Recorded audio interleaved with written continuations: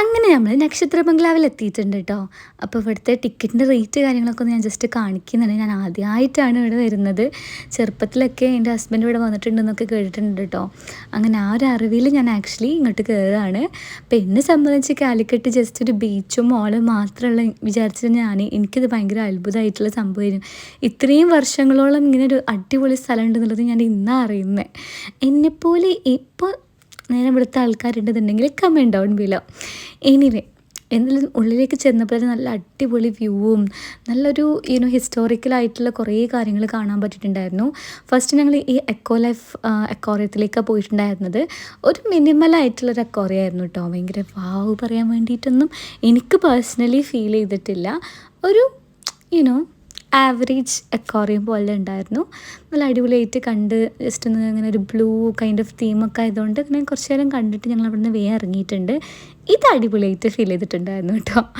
അതൊക്കെ തന്നെ ഉള്ളൂ. പിന്നെ ഞങ്ങൾ അവിടെ നിന്ന് നേരെ ഇറങ്ങിയിട്ട് പിന്നെ ഞങ്ങൾ പോയിട്ടുണ്ടായിരുന്നത് ഹാൾ ഓഫ് ഓഷ്യൻ പറഞ്ഞിട്ടുള്ള സ്ഥലത്തേക്കാണ് കേട്ടോ.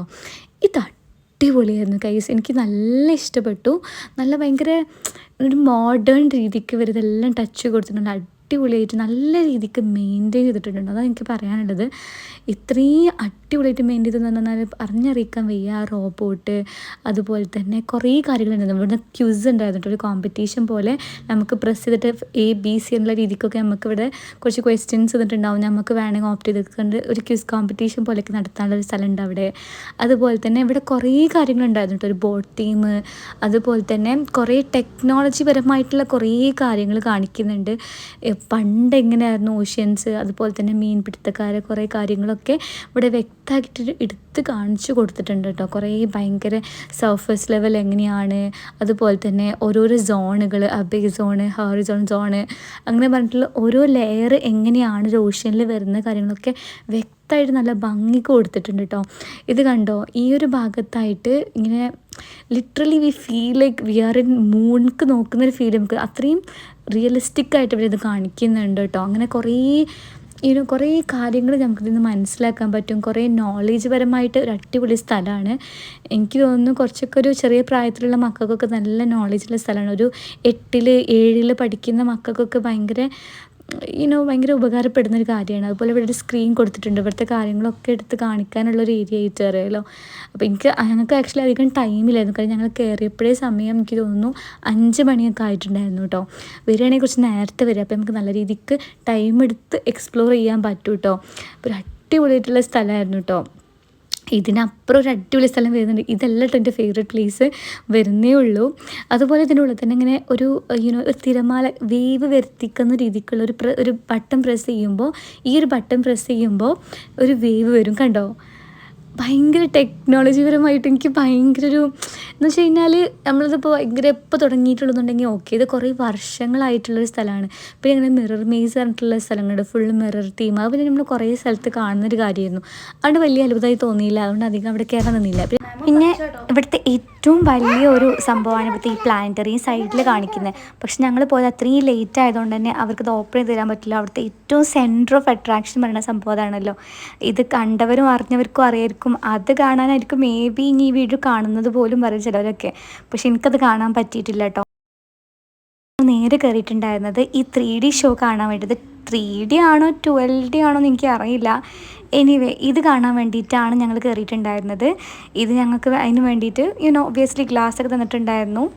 ഇത് പഴയതാണ് വിചാരിച്ചിട്ട് നമ്മൾ വിചാരിക്കുമ്പോൾ ആരും അങ്ങനെ ഉണ്ടാവില്ല ഗൈസ്. ഇത് ഫില്ലപ്പ് ആയിരുന്നു. ഈ റൂം ഫുള്ള് അറിയാലോ. സോ അതുകൊണ്ട് ഞങ്ങൾ ഭയങ്കര എക്സൈറ്റഡ് ആയിരുന്നു. പേടിയുണ്ടോ? സെല്ലിന് പേടിയുണ്ടോ? സത്യല്ലേ? ഞാൻ ഇതിൻ്റെ അടി കൂടെ വീഡിയോ എടുക്കും. ദൈവന് പേടിയുണ്ടോ? ഇല്ല? സ്ട്രോങ്ങാ? നോക്കാം.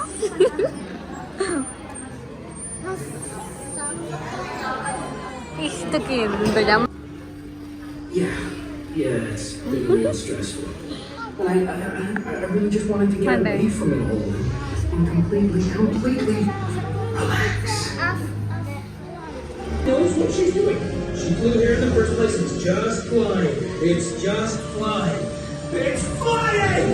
It's a flying dinosaur!